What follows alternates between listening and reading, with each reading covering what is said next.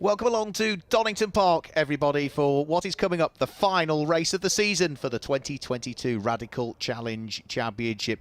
Cloudy skies here at Donington Park. Not 5 minutes ago, we had a sprinkling of rain as well, which for the race that was out at the time, the cars that were on slick tyres there were struggling, it's fair to say. But that rain has now abated, which means I think the panic probably in the assembly area for which tyres to choose has now sort of changed in the direction of slick tyres, because we've got a few little bits of blue sky now peeking through as well. So hopefully it's going to stay dry for this final race of the season, which is going to be a 45-minute pit stop race for the Radical Challenge for their conclusion of the championship season. Now the championship is still up for grabs as well. We saw a race win in the first race of the weekend in the sprint race for the number 77 car of Noah Dimeball.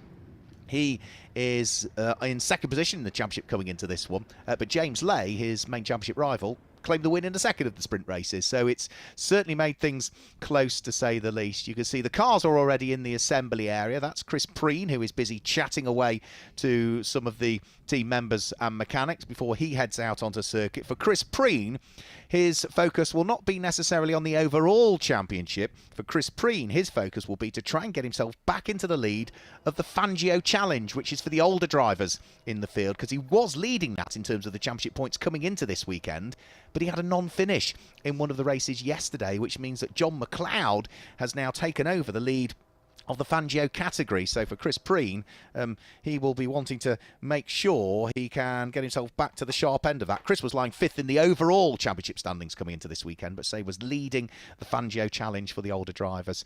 Slightly chillier today as well, so whereas we've been largely used to t-shirts and shorts, haven't we, for the last few weeks, it's now jumpers and coats as we head towards autumn. And you can see there's a bit of a breeze as well, with the flags just flapping away here at Donington Park. But as we say, a few little bits of blue sky, ever more bits of blue sky, just slowly drifting in front of the commentary box. So I think we might have maybe a little bit of sunshine just peeking through before too much longer, which would be an ideal way to cap off our championship season. We have a very slight delay just while we've had a couple of cars that did not manage to qualify. They've just been out on circuit behind the safety car to do what is a requirement of 3 laps before you can qualify for the grid. And I think one of them was the number 76 car that Alice Powell and Abby Pulling are sharing for this weekend. So that is going to go off the back of the grid with arguably 2 very quick drivers, albeit not used to the car, behind the wheel. Both of them racing right at the sharp end of the W Series, with Alice Powell currently lying second in the W Series championship standings, and Abby Pulling, another British driver racing in W Series, fourth in the championship standings. But say they've had very little time to get used to this car. First time they'd ever driven the Radical SR10 was in qualifying this morning, which say didn't go to plan because only one of the drivers got the laps in. Other car, I think, that has just gone round to qualify out of session, I think, was Oliver Denning's number 26 car. But all the rest of the cars now feeding their way out onto the circuit. Let me just, before we give you the grid, talk about the championship points. So the car of James Lay, which sits on the second row of the grid for this one, he qualified third quickest, leads the championship, his Raw Motorsport car, on 649 points coming into this race. Second in the championship is the car that starts from pole position, which is Noah Dimeball, at the wheel of his Breckle Racing car. He is on 621 championship points, so there's, 27 points between the pair of them. Third in the championship is Anthony Ayres, who mathematically now can't win it. He's on 538 points, so he is mathematically out of contention for the overall title. And when it comes to the Fangio category, for those older drivers in the field, the Fangio age limit does vary year on year because it takes an average, almost an average age of everybody entered for the championship season, and then works out as to each year as to what the cut-off point is for eligibility for the Fangio category or not. Leading that on 613 points is the car that starts on the outside of the front row of the grid, the black and green car of John McLeod, and he has a 24-point gap between himself and Chris Preen, both of them being run by Raw Motorsport, Rob Weldon's team.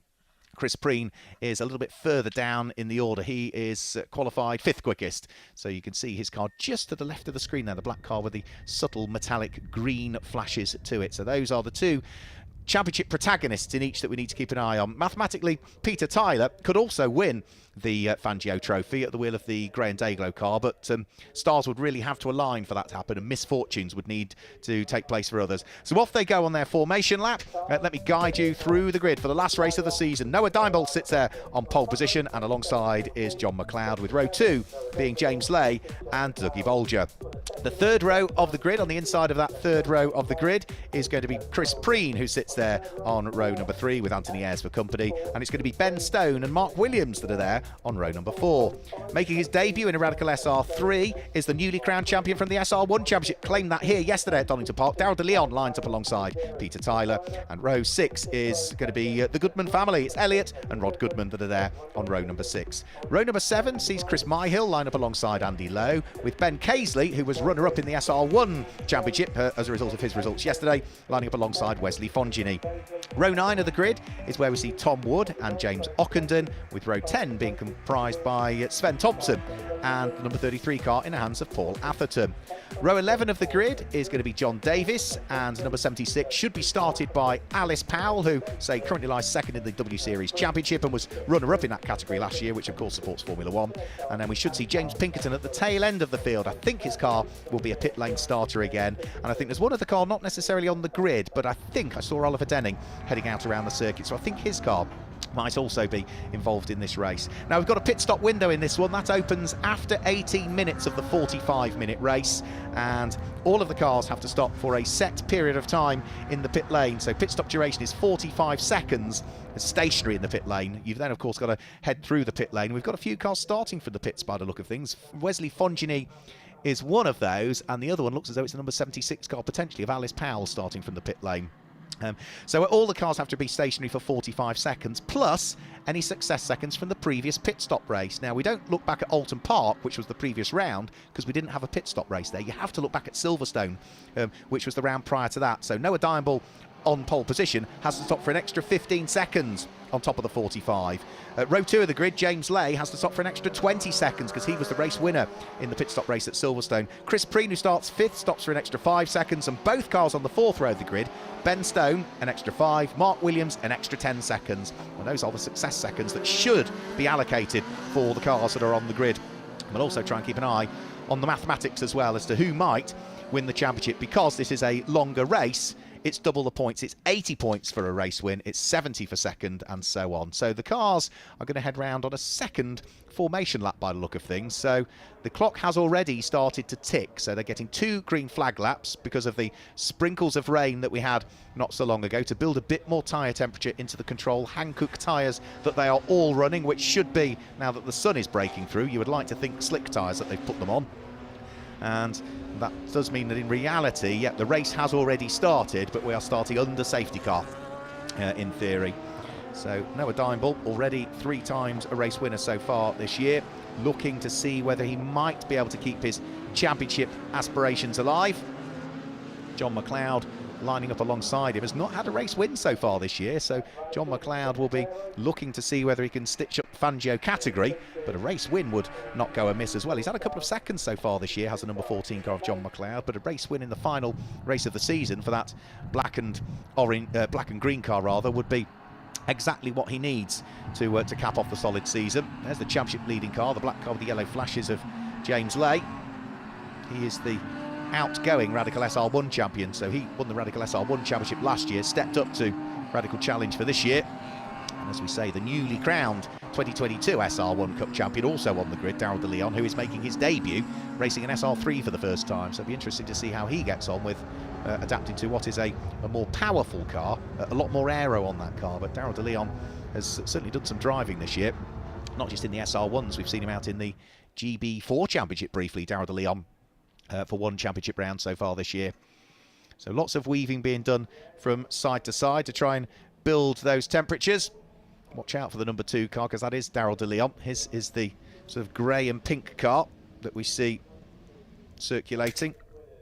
And lights are out on the safety car, so it should be peeling its way into the pit lane this time through, and it should be a side-by-side start as well. It won't be like a normal safety car start where they'll be in single file. This will be like a normal race start, so they should be getting themselves into 2-by-2 order once they head out of what is the Melbourne hairpin. We'll start to see the black and green car of John McLeod draw itself alongside the red car of Noah Dimble. So it's red for Noah Dimble on pole, it's black and green for John McLeod alongside, it's black and yellow for James Lay on row number 2 alongside the grey and purple car of Dougie Bolger, and row 3 it's sort of black with metallic green for Chris Preen alongside the largely white and black and red car of Anthony Ayres.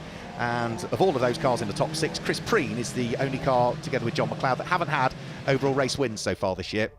4 cars inside the top 6 have already taken wins, at least one, over the course of the 2022 Championship season. So we're about to go green for the final time this year in the Radical Challenge Championship. With the Championships still up for grabs, lights go out, 45 minutes of racing get underway, with Noah Dimble losing out on the run up towards Redgate Corner. It's going to be John McLeod that leads the way, and it looks as though it might be Dougie Bolger who's going to try and sweep his way through and into second place, but Noah Dimble has other ideas about that, and the two of them are going to run down through the Craner curves in second and third place side by side. And I think Noah Dimble, is he just going to have his nose ahead when they get towards the old hairpin? Not quite. Dougie Bolger almost bounces off the side of him, but he will drop down into third position. Noah Dimble will hang on to second place. Dougie Bolger drops down into third place and is now instantly under attack from James Lay, the championship leader in the black car with the yellow flashes to the headlamps. So James Lay goes through to third, Dougie Bolger down to fourth, and under attack again already by the next of the cars, which is going to be Anthony Ayres at the wheel of the 58 that sits behind. So they're all safely through the first few corners. We've got several of the Radical SR1s that are involved in this race as well, because the Club Enduro SR1 category is where they can come and race these in the longer endurance races, and several of them taking the opportunity to have an extra race here at Donington Park this weekend. Peter Tyler looking to attack and defend at the same time. We've got the car of Darrell de Leon right ahead of him, but up front, are we going to have a change for the lead of the race? Yes, we are, as Noah Dimble dives up the inside of John McLeod, and his main championship rival James Lay follows him through as well, so that could be critical. Remember, James Lay has got to stop for an extra 20 seconds compared to his main championship rival Noah Dimble. Car that's dropped to third, John McLeod, no extra time penalty in the pit lane, and the car fourth, which is Dougie Bolger, again, no extra time penalty when the pit window opens, and it will only open in another 13 minutes time. Over the start-finish line, is James Lay going to look for the lead of the race? No, he's content just to sit behind Noah Dimble for the moment. Try and keep an eye on the progress of the cars that started from the pit lane as well.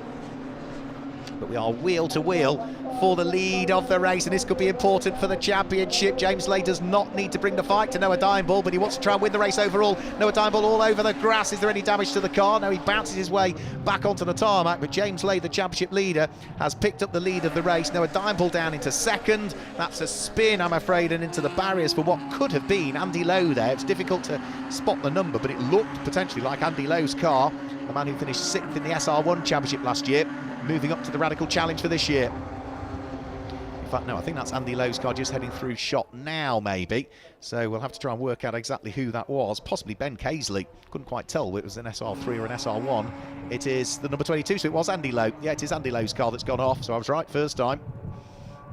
So that is one car out of harm's way, and hopefully that is far enough off the course to not bring out the safety car. But as I say, that confirmed the safety car is indeed heading out onto the track by the look of things. So yeah, waved yellow flags at every marshal's post, the FIA illuminated boards showing the SC sign and flashing away. So out will come the safety car. After the first 6 minutes of this race, the BMW safety car is ready to scoop up the pack. Don't think it will take too long to get the car out of harm's way. Andy Lowe's car stricken out there on circuit. But for James Lay, on with it straight away. The championship leader leading the race. He needs to, ideally, not have many more safety cars, because what James Lay needs to do is try and build up a 5-second advantage if he can, because he knows he's going to stop for 5 seconds longer than the number 77 car of Noah Dimble. So let me run you down through the order at the moment. Number 39, James Lay, leads the way. The red car, Noah Dimble, is second. And John McLeod in third place is the leader of the Fangio category at this stage. Fourth place is number 50, Dougie Bolger. Fifth is Anthony Ayres, and sixth is going to be the number 5 car of Ben Stone. Darrell de Leon at the wheel of the grey and pink car. He is in 7th place. Chris Preen is in 8th, and he's the second of the Fangio category drivers we've got in the field. 9th place is number 80, Peter Tyler. He's also eligible for the Fangio category. And completing the top 10 is another Fangio class driver as well, which is going to be the number 18 car of Mark Williams, who is the leading Radical SR1 we've got out there at the moment. It is going to be 11th position, Tom Wood, by the look of things. Yep, so his is the leading Radical SR1 that we've got in the field at the moment. In 11th, he's got Ben Casely's SR1 behind him in what is 12th place. And cars starting from the pit lane, well, the number 76 car in the hands of Alice Powell, who is a former BARC Formula Renault champion from some years ago and finished runner-up in F3 Cup. So he's still doing great things at the wheel of W Series, supporting Grand Prix, of course, at many race meetings. She has already worked her way in the SR10 up into 16th position. So good progress having been made there by her. The other car that started from the pit lane was Wesley Fongini, wasn't it? He is now up into 19th position, so he has also made a bit of progress. So it is, I think, just going to be a very brief safety car period. We are shortly going to get racing back underway once more for this final round of the Radical Challenge Championship for this year. There is the number 10 car of Wesley Fongini, having made his way up through the order, just heading through the S's now. He'll want to crack straight back on again. The purple and Dayglow orange car will be Alice Powell at the wheel of the SR10, so that's another car to watch out for as it looks to try and make progress. The safety car, I think, is going to stay out for a further lap. I don't quite think we've got the car out of harm's way, the marshals back on their respective posts, and the telehandler back behind the barriers as well, before the call was made that the safety car needed to come in. So I think it's going to stay out for a further lap, unfortunately, which allows the clock to continue to tick away. In terms of the maths, if John McLeod continues to lead the Fangio category, he's in 3rd position. He would pick up the 40 points, the 80 points for winning the Fangio category. It would be 70 points that Chris Preen would pick up for finishing 2nd in the Fangio category. That would, if they stay as they are, John McLeod would be, subject to official confirmation, the Fangio champion for this year. And if James Lay stays ahead of Noah Dimeball, then he would be the overall champion for this year. But of course, we've still got that pit window to open, which could change the dynamic in reality, because we know James Lay is going to have to stop for longer than his main championship rival in the overall championship, Noah Dimeball. However, for John McLeod, it works better for him because he is already leading the Fangio category in this race, has no time penalty to spend in the pit lane, whereas Chris Preen, his rival for Fangio honours, has to stop for an extra 5 seconds. So that would further bring the race towards that black and green car. We're still tidying up, aren't we, Andy Lowe's car? You can see it in the background that the JCB or telehandler is still there and is about to scoop the number 22 car out of harm's way. Now, I think we might have to they might have to drag that car out of the way, so they are now in the process of dragging it out of the way. If you're wondering why they have time penalties, the Radical Championship have done this for a very good number of years. The way it works, if you win the previous pit stop race, it's 20 seconds. If you're 2nd in the previous pit stop race, it's 15. If you're 3rd, it's 10. If you're 4th and 5th, you get 5 seconds each. And that's the way the regulations have been written for quite some years. And what it does is it sort of evens it up in reality, so that no one driver can particularly dominate, and it also means that if some amateur drivers bring in maybe a pro or something like that, it also makes it harder. So the more you win, the less likely you are to win. It sounds strange, but it's been part of the Radical Championship for a very, very good number of years now. Trying to think back to at least, I'm guessing 15, if not nearly 20 years, it's been part of the championship regulations. And it's very similar to other championships that exist in the UK, that if you do well in one race, you get a penalty for the next one. British GT, for instance, do exactly the same kind of format to try and stop any one car and driver combination winning over the course of a season. So lights are off on the safety car. We're about to go racing once more, get things back underway. So the BMW accelerates towards the pit lane area. It's up to James Lay to decide as to when he wants to thump the throttle. Is he going to do it coming out of the Melbourne hairpin? No, for the moment. He's still weaving from side to side, but everybody behind is poised, ready to plant their foot onto that accelerator pedal, which is what James Lay does now to get the race back underway. No overtaking until they reach the control line. So we are racing, but you can't overtake just as yet. Wait until you get to the start-finish line. There's the green flag. Now you can overtake, so you need the run down towards Redgate Corner. As you can see already, Noah Dimeball is too far away to attack. And we've got John McLeod there in 3rd place, Dougie Boulder in 4th. Anthony Ayres in 5th place. Ben Stone in the all-white car completes the top 6 at the moment. Tom Wood is still the leading Radical SR1 we've got in the field. His black and yellow car, the number 20 car, sitting there in 11th position as they carve their way down in towards the old hairpin. The other thing we need to watch out for is the continual progress also of the number 76 car of Alice Powell from the tail end of the field and the pit lane start after problems in qualifying for herself and Abby Pulling. That car's just heading through shop now. Now change for third place. John McLeod left the door open. Dougie Bulger says thank you, I'll go through. John McLeod now down into fourth position and immediately under attack once more from the MECTEC prepared car of Anthony Ayres, who's trying to wiggle his way through, and he's going to run side by side with John McLeod on the exit of Coppice Corner. John McLeod has now got another car to driver's left, and that's Ben Stone who wants in on the fun as well. 3 wide up towards the S's. Something has got to give. They are still 3 wide into the braking area. Ben Stone picks up 2 places there. John McLeod loses another, and now the very quick exit of Daryl de Leon might bring his number 2 car into the mix as well. We saw cars 4 wide going into Melbourne Hairpin yesterday. Well, they're 3 wide today, and they are still at least 2 wide on the exit of the corner. John McLeod being attacked to try and hang on to position, but up the inside has gone Anthony Ayres. There's a little bit of contact between the pair of them as they headed towards Goddard's. Daryl de Leon takes the opportunity to wiggle his way through. We've also got a spin, I'm afraid, for the pit lane starter Wesley Fongini down at the Melbourne Hairpin. So over the start-finish line they'll come. It is James Lay, Dougie Bulger and Ben Stone who's now in 3rd place. Anthony Ayres is in 4th place. Locke breaks further back as Noah Dimble drops further down through the order at the wheel of the number 77 car. He lost 3 positions on that lap, did the red and black number 77 car, in the hands of the man who at the moment is seeing his championship aspirations start to evaporate slightly. We've still got 4 minutes before the pit window opens, but that number 77 car needs to be ahead of James Lay. As long as he's behind the race leader, James Lay currently, the Noah Dimble is never going to mathematically scoop up the championship. He needs to outscore him.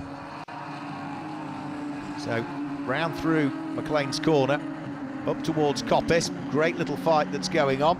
Noah Dimble now down in, 5th, 6th position. He's got a queue of cars sitting behind him. The first of which is going to be the car of Chris Preen, who is now ahead as well. The next of which is going to be John McLeod, followed by Peter Tyler. And then after Peter Tyler, the next car after that will try and pick up on. It looks a little bit like the coloration of Jason Rishover's car, but his car was not indicated. It was scheduled to be on the grid. So I think it might be Mark Williams potentially. So in towards the braking area for the Melbourne Hairpin. And it is Mark Williams, yep. So it's the number 18 car of Mark Williams that is the next in the queue.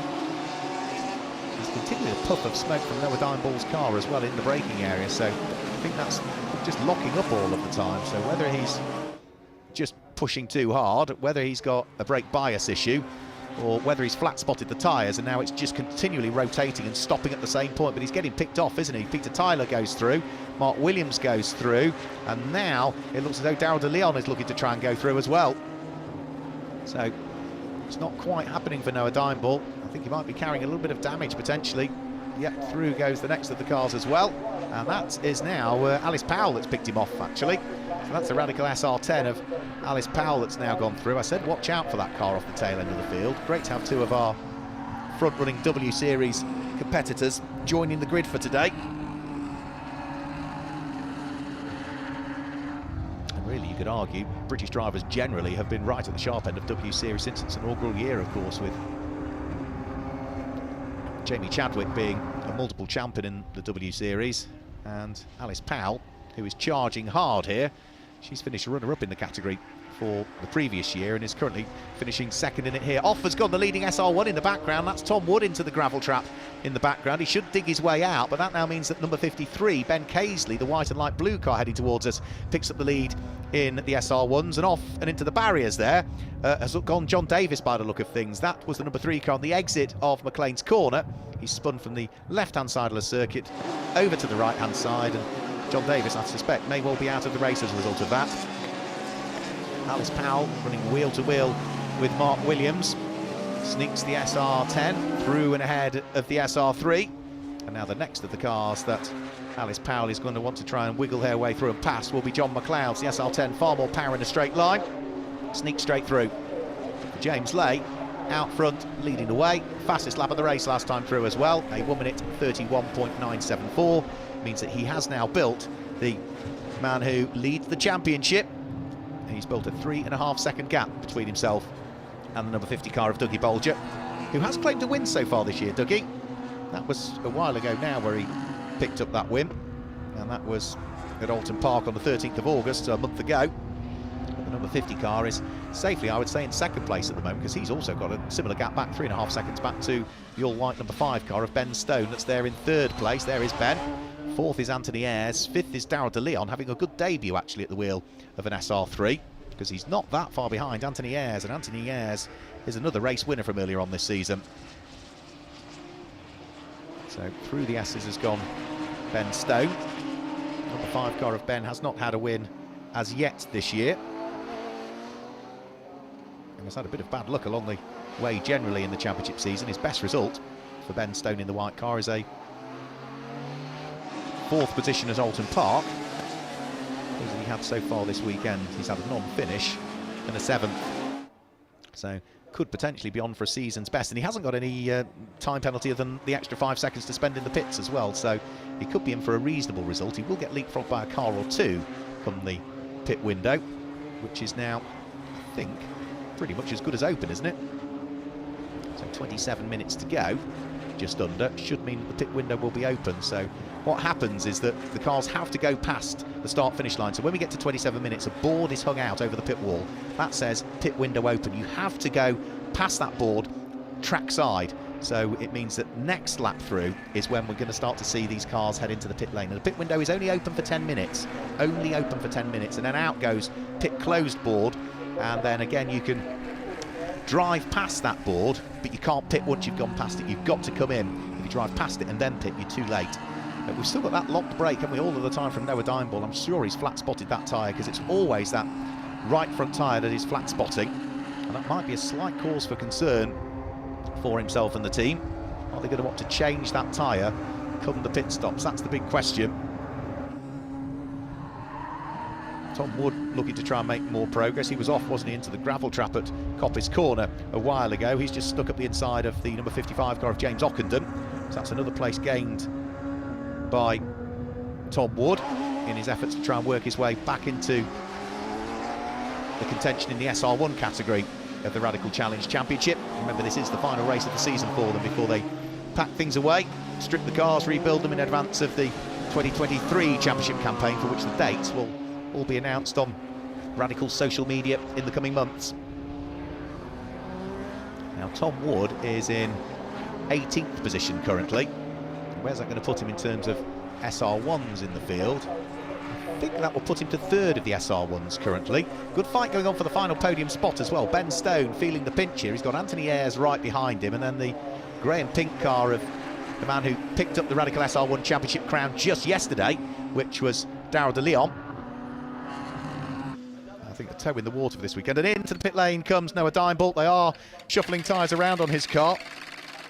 So there's clearly some sort of balance issue with that car that they want to try and resolve. But for Noah Dimeball, they should have plenty of time to do it, because not only has he got to remain stationary for the regulatory 45 seconds, he's also got the 15 success seconds carried over from Silverstone to deal with. The fastest lap of the race last time through to Alice Powell, 1 minute 31.244 at the wheel of that distinctively liveried SR10. Say more power than the SR3s, and that car now from the pit lane start has worked its way up into 6th position. Tom Wood into the pit lane at the wheel of his Radical SR1. In the background, heading back out onto the track, goes Rod Goodman at the wheel of the 31 car. So here's also now conducted his pit stop. Now a Dimeball heads back out and has dropped the best part of a lap in reality. So yeah, he is behind race leader James Lay, but now behind him for a full lap. But that's because Noah Dimeball has pitted. James Lay has yet to pit. In the background, you can see Stephen Ayres into the pit lane as well. It also looks as though Daryl de Leon has entered the pit lane as well. So more and more cars opting to tick off the pit stop. So it'll just be 45 seconds for that number 2 car. The same will be the case for the 58 in the hands of Anthony Ayres. So it's 45 seconds to remain stationary in the pit lane, plus 18 seconds to drive through it at the regulatory speed limit. And the Radical SR1 category leader is in as well, which is going to be Ben Casely. Just see that number 53 car come to a halt in the pit lane. So it's getting very busy out there at the moment. In the background, it also looks as though Elliot Goodman is in, right at pit lane entry end, furthest away from our camera. The pit window will close in another 6 minutes' time, so we've already had 4 minutes of the scheduled 10-minute pit window. And there's only one driver change going to take place, and that will be Alice Powell jumping out of the number 76 car and Abby Pulling dropping into it. Other than that, all the rest of the cars that are entered for this weekend are solo drivers. Now this is the fight still for third position. Ben Stone has got a car that has pitted behind him, which is Rod Goodman, but Rod Goodman I think is about to be overtaken by Alice Powell at the wheel of the purple and orange Radical SR10, so this will be third and fourth back together again. Either of them going to pit this time through. Ben Stone stays out, Alice Powell comes in, so that means that we're going to get the driver change now. Abby Pulling will jump on board that Radical SR10. As out of the pit lane comes Stephen Ayres.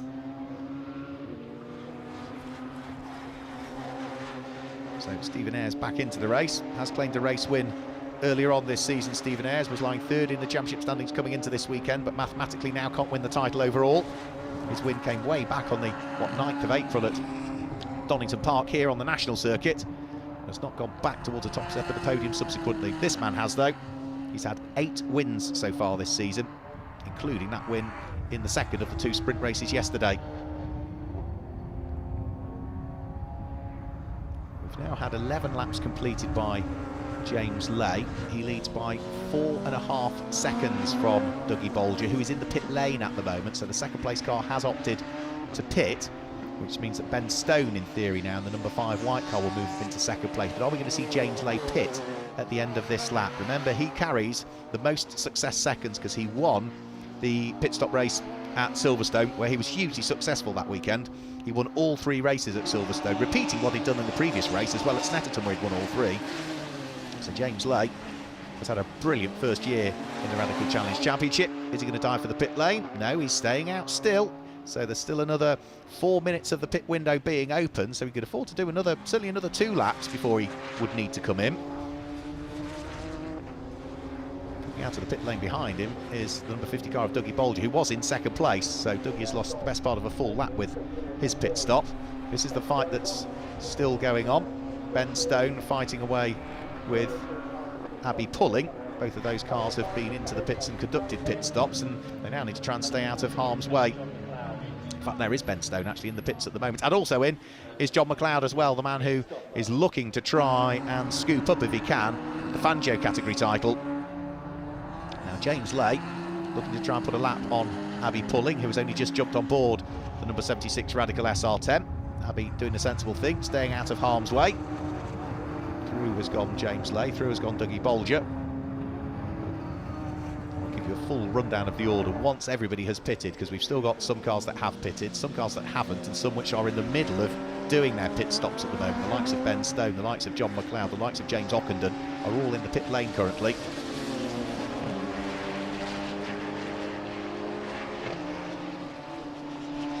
Past the halfway point of the race, 45-minute race, 20 remaining. Ben Stone heads back out of the pit lane and he's going to rejoin just ahead of Darryl de Leon. John McLeod is about to feed his way out of the pit lane. He's going to rejoin just ahead of the grey and day-glow yellow car of Peter Tyler. And in the background, into the pit lane comes champion-elect, you could argue. James Lay heads in towards the pit lane now. So the black car with the yellow flashes to the lights and the yellow flash to the rollover hoop heads in towards the pit lane. Important pit stop this for James. No need to rush about it though, so the Raw Motorsports team go to work, Raw being Rob Weldon's team, which has been very successful in radical racing amongst other things over the years. They've got plenty of time to adjust the tyre pressures on it, because that car will be stationary in the pit lane for 65 seconds in total.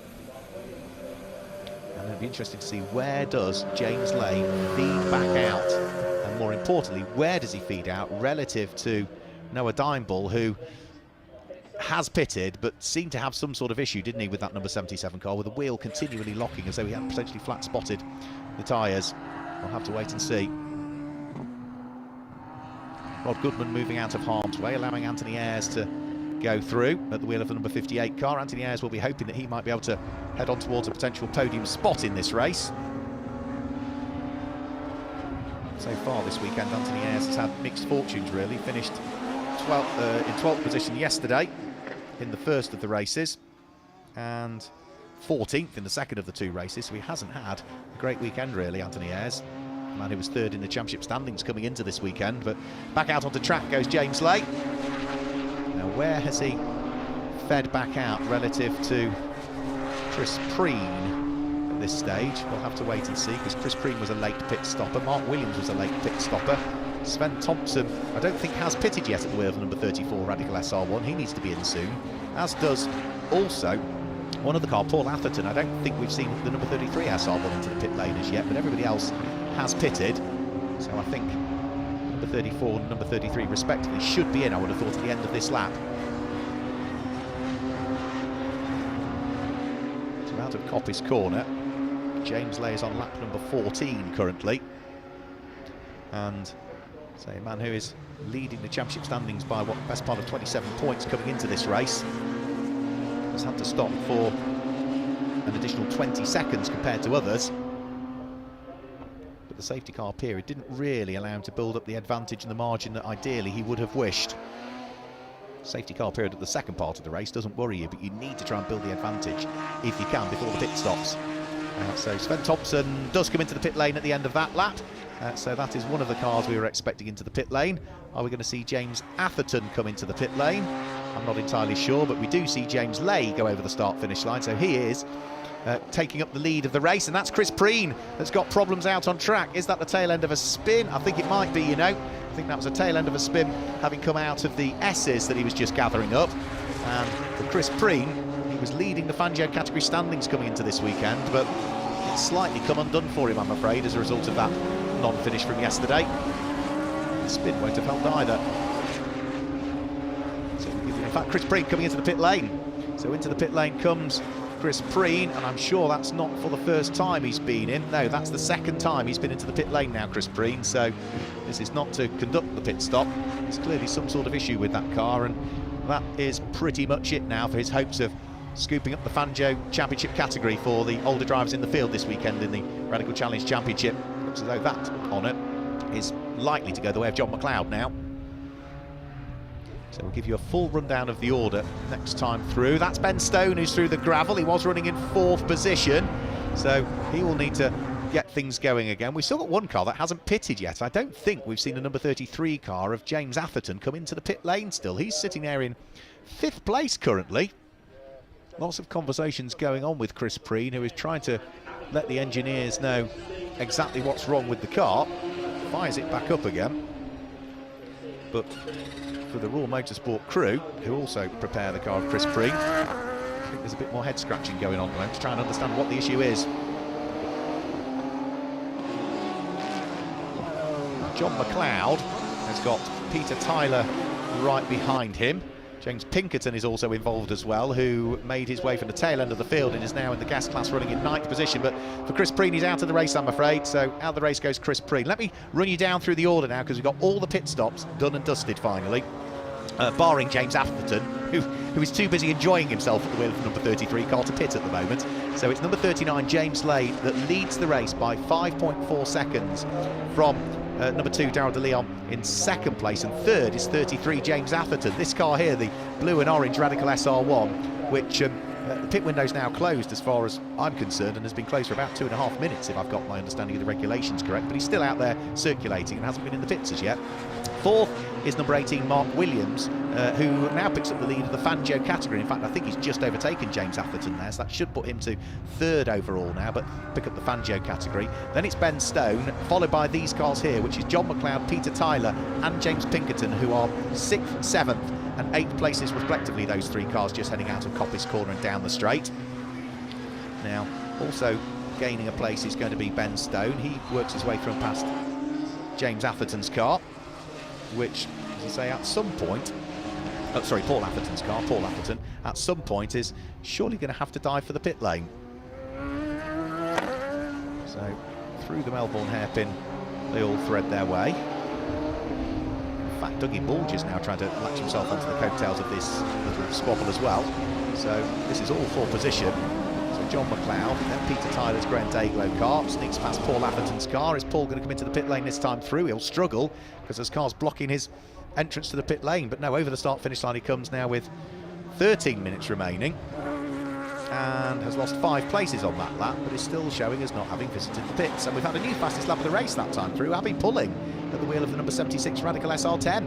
1 minute 30.742 from her. So good lap times being put in by both of our W Series guest drivers this weekend. James Lay, though, on course to scoop up the championship. If he stays where he is, that's it for him, because his main championship rival, which is Noah Dimeball, is way down in 18th position now. Something clearly was not right with that car, and I think there was a subtle delay in the pit stop as well whilst they tried to address it. And he is, I'm sure, going to be enormously frustrated that it just hasn't quite worked for him this weekend. Now Peter Tyler's trying to get the overlap here on John McLeod. That will be for 5th and 6th place overall, and it'll be for 2nd and 3rd in the Fangio category. John McLeod has the inside line as they headed towards the braking area for the S's, so should hang on to it. Yet Peter Tyler tucks himself back behind. Now needs to be conscious as to what Dougie Bolger does behind him, and Dougie Bolger is also under pressure from double former Radical SR1 champion James Pinkerton, who's got the white car and the orange crash helmet.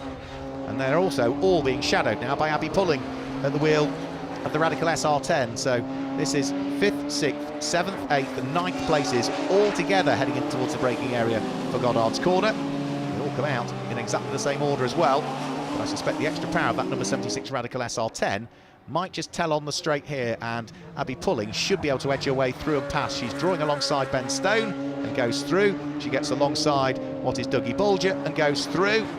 Peter Tyler also manages to sneak through and up the inside of John McLeod, so his grey and Dayglow yellow car is now up into 5th position and picks up 2nd in the Fangio category as well. So down through the Craner curves. James Pinkerton running wheel to wheel with Dougie Bolger. Dougie Bolger a little bit unsettled as he worked his way down in towards the old hairpin on that occasion, but a slight correction of the steering input gathers the car, puts it back under his spell once more. So good value this has been, this race, particularly with some of the quicker cars starting from either lower down through the order in the pit lane.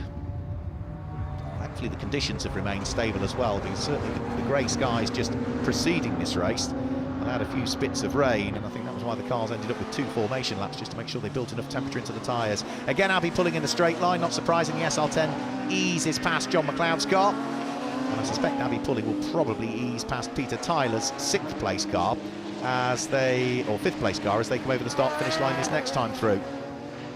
We've got 10 minutes to go. Onto the brakes, through the right-hander, and then up towards the conclusion of the lap before too much longer. Abby Pulling is not quite going to clear Peter Tyler by the time they get up towards the braking area for Goddard's, but she should do it on the way out. This is going to be the fight for 3rd and 4th actually coming towards us now, which is Mark Williams leading the Fangio category in 3rd overall, under big old pressure here from Ben Stone. The all-white car sitting directly behind, trying to wiggle its way through and past, but not going to be able to do it as they head down through the Craner curves this time through. So in towards the right-hander at the old hairpin, they'll thread their way. Mark Williams still hanging on to 3rd position. Ben Stone sitting there in 4th place. 5th over the line was Peter Tyler, but I suspect now that Abby Pulling has been able to sneak her way through. Abby Pulling, who I would imagine after this race here at Donington, the next race she'll be heading to will be Suzuka in Japan, which is where the W Series will be in a few weekends' time, before they'll then stay on the Formula 1 calendar and go to Austin in Texas and finish off the season in Mexico. So it's going to be a rather transatlantic and Asian flavour towards the tail end of Abby Pulling's racing season for this year. Now, is Ben Stone going to get through this time and ahead of Mark Williams? No, Mark Williams in the number 18 car still hangs on to 3rd position, working hard to make sure he stays ahead of Ben Stone. Ben Stone, who so far this season has not had a podium, Ben Stone, so he would like to cap off the year if he can with a podium. He finished 4th at Alton Park last time out. For Mark Williams, he has had a podium. That was at Silverstone on the Grand Prix circuit. All of the cars you can see, as they were yesterday, taking all of that tarmac in towards pit lane exit, which they were doing yesterday. So they've clearly not been hauled up about it, so they're just trying to take as wide a line as they can in towards Redgate Corner. So using that little bit of extra tarmac at pit lane exit just sort of makes the angle that you're coming into less acute, so you can carry a bit more speed through Redgate Corner. So up towards Schwantz Curve and still together. Not surprising, Mark Williams is not going to make it easy for Ben Stone, but Ben Stone has got the taste of a podium here. He desperately wants to get his best result of the season at the final championship round. Daryl De Leon, who's in second place, is now 18 seconds up the road from this pair. They need to watch their mirrors as well, this pair, because closing ever closing is that purple and orange machine in the background in the hands of Abby Pulling. So you can see the SR10 closing in. So here is Noah Dimeball. This is the number 77 car of Noah Dimeball, who's still locking that brake. There's clearly issues with his car. He's got some damage, and that's the problem for Noah Dimeball. He's seen his championship aspirations disappear. We've got side-by-side action heading up towards Goddard's corner, but I think I saw yellow flags on the approach potentially there, as Ben Stone dives through and up the inside of Mark Williams. And I think, yeah, the reason for the yellow flags were because there was a car that was spun at what was Goddard's. Into the pit lane comes Mark Williams, and it was Wesley Fongini that's had the spin. So his car is pointing in the wrong direction. Now, is this some sort of time penalty potentially? I think it is. Yeah, he's heading towards the penalty box, so it must have been a pit stop that was too short for Mark Williams. So stop, go, it's a stop-go penalty. He stalled the car, gets it fired back up again, gets going, but I'm afraid that's going to drop him way down through the order, and will also mean that he has had no choice but to relinquish what was the lead of the Fangio category as well, with 6.5 minutes to go. So it puts Ben Stone now up into third place, but for how much longer? Because Alice Powell, who started the number 76 Radical SR10 and handed it over to her fellow W Series racer, Abby Pulling, is closing ever more. Abby Pulling, who we saw more recently in domestic championship in the British Formula 4 Championship, Ginetta GT5s in the past as well, double former TKM karting champion, goes through, takes the place away from Ben Stone. So the far more powerful SR10 up into third place from the pit lane start, let's not forget. So up into third place, Ben Stone down into fourth, and then up to fifth should be number 80 car of Peter Tyler, who will also pick up, as a result of that, the lead of the Fangio category at the end of this lap. Peter Tyler's car is the number 80 car. It's sort of grey with its day-glow yellow flashes to it. So over the start-finish line comes Abby Pulling in a newly acquired third place. There's Peter Tyler in the background, as you can see, in the day-glow car.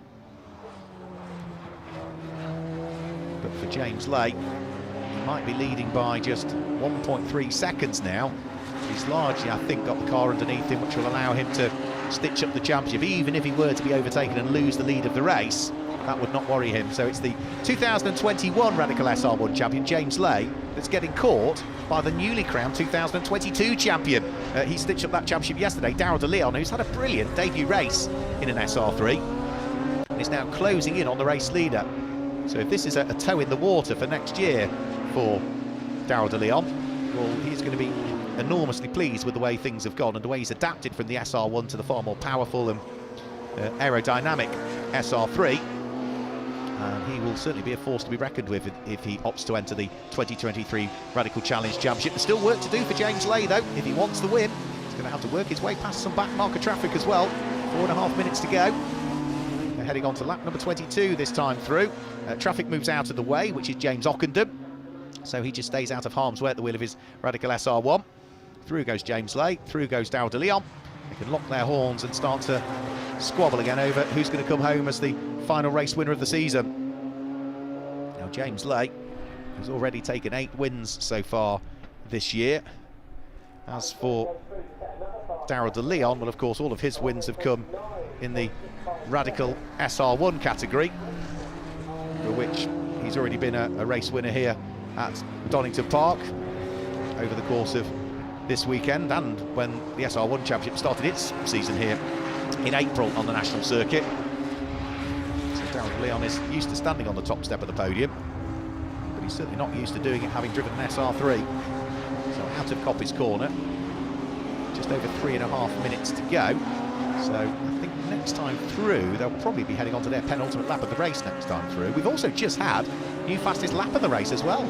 Abby Pulling, she might be 19 seconds adrift of this pair, but has just popped in a 1 minute 29.657, which sets the fastest lap of the race at this stage. So through the Melbourne hairpin, up towards Goddard's corner, and James Lay is now about 5 miles away from becoming the the 2022 Radical Challenge champion. So he'll be heading on to his penultimate lap of the race this time through.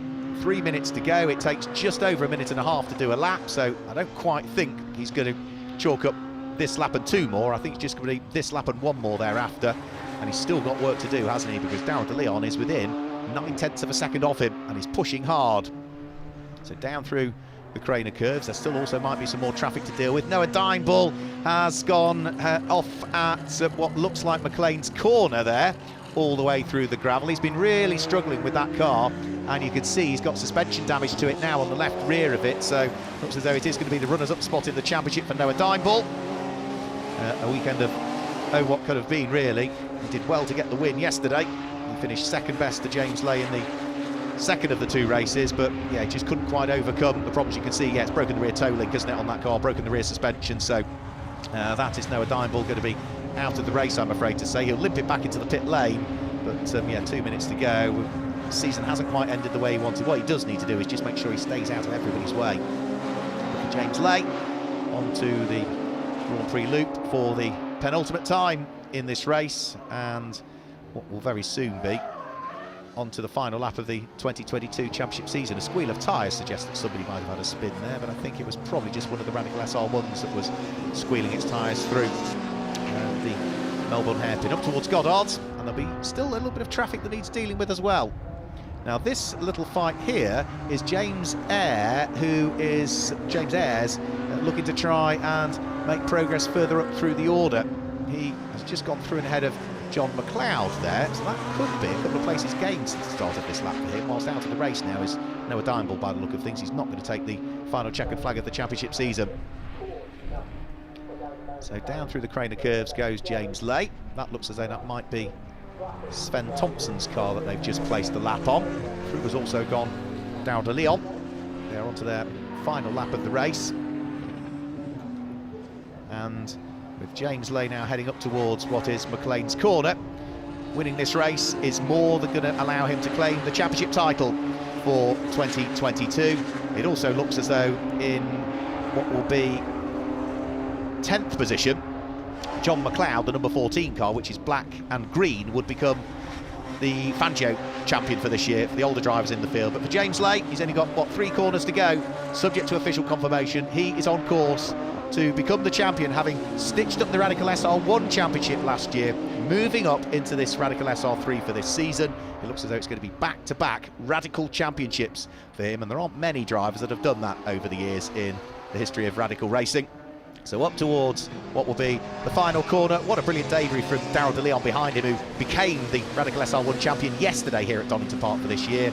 But the outgoing SR1 champion becomes the incoming Radical Challenge champion. James Lay wins the race, and with it picks up the overall championship. Finishing in 2nd place is Darrell de Leon. Good debut for him in a Radical SR3, and then we wait around for the car that's there in 3rd place from the pit lane start. The Radical SR10 doing great things in the hands of the W Series pairing of Alice Powell and Abby Pulling. It comes through to finish in what is 3rd position.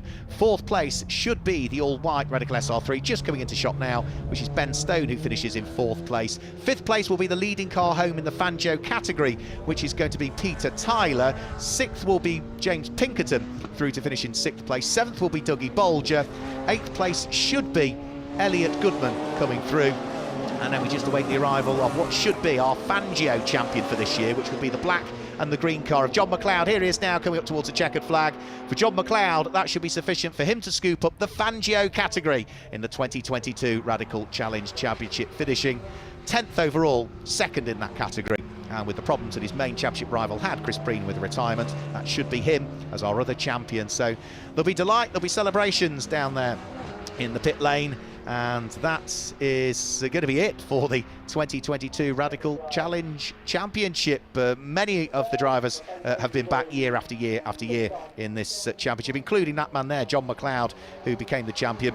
He was, what, 7th last year in the championship, 5th the year before, 4th the year before, 9th the year before, regularly entering the championship. But big hats off to that man there, James Lay, stepping up from the Radical SR1 Cup, where he secured the championship last year, into the main Radical Challenge. Different challenge for him with the SR3, but he has adapted beautifully to it and overcame the 20-second success seconds in the pit lane claims his 9th win of the season, and you can see what it means to the Raw Motorsport crew who are cheering him into the pit lane, and rightly so. Brilliant race from him. And also Valor Racing also giving a big round of applause to that man there who heads through shot, which is Daryl de Leon.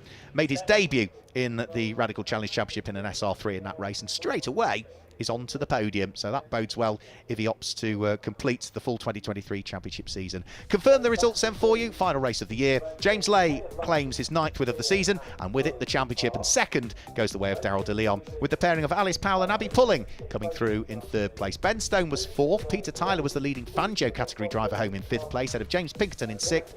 Dougie Bolger, Stephen Ayres, Elliot Goodman and John McLeod completed the top 10, but with it secured the Fangio championship for this year. Mark Williams was there in 11th place. It was Chris Myhill in 12th, head of Rod Goodman, and Ben Casely was the first of the SR1s home in 14th position. Paul Atherton was 15th, Sven Thompson, James Ockenden, Wesley Fongini, Tom Wood completed the 19 finishers, and I'm afraid retirement late on for a man who had championship aspirations, the number 77 car of Noah Dimble, but it wasn't to be. Chris Preen, Tom Davis and Andy Lowe also retirees in that final race of the championship season.